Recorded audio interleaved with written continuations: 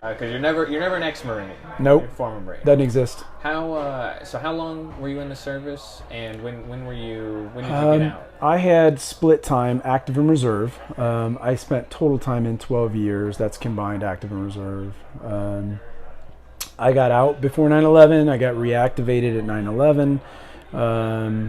I was in the reserves in a program called the IMA, which is the Individual Mobilization Augmentee, and you kind of get to do, for the most part, what you want. I had a very weird job. I had a lot of odd jobs in the Marine Corps, but one of them was at the Motion Picture Liaison in LA, and so they would call you in to be a technical advisor of sorts, where you teach actors how to walk and talk like Marines, how to wear their ribbons that way. You scrub scripts for vernacular to say the right thing, right? They would say latrine in the script, like, Marines don't say latrine, they'll say the head. And so you'd scratch that and you'd sit down and talk to the director and the producer and the actors and walk through everything, and then you'd oversee their script. That was a bonus for the DoD, for Department of Defense, because DoD got a accurate or positive depiction of, in this case, the Marine Corps, but they had it for all DoD branches. So that was kind of toward the end of my time in the Marine Corps. But my primary job in the Marines was a 0369, or a small unit leader, in infantry staff sergeant. I got to bounce around a bit. The Marine Corps has a primary job, or a PMOS, and then it has what they call B billets, or secondary duties. And the secondary duties were the thing that I got to spend a lot of time on, which is absolutely abnormal, not normal in any sort of way. Because normally you stay in your primary field, whatever your core competency is, you do it, and then you're done after 4 years, or whatever your contract term is. In my case, I got to do, through lobbying and talking to the right people, I got to do a lot of jobs, and that was kind of the thing that was the catalyst for me going in the direction that I did. You're now a former Marine. Where did you go from there? What was the next thing that you did? I was in LA, so as I mentioned, I was at what's called LAPAO, doing film work for the Marine Corps.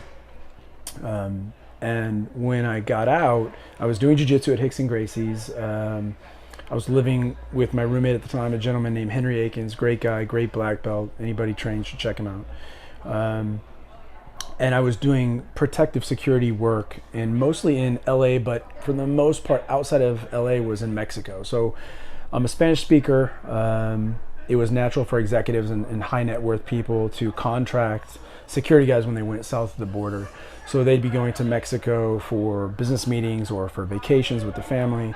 And I got those jobs, and I had a nice little network in LA. Hickson's Academy had a lot of wealthy people training there. It was a strong network to get into, and they would basically say, yeah, I know a guy, which, as you know, word of mouth is pretty important in those circles. Yes.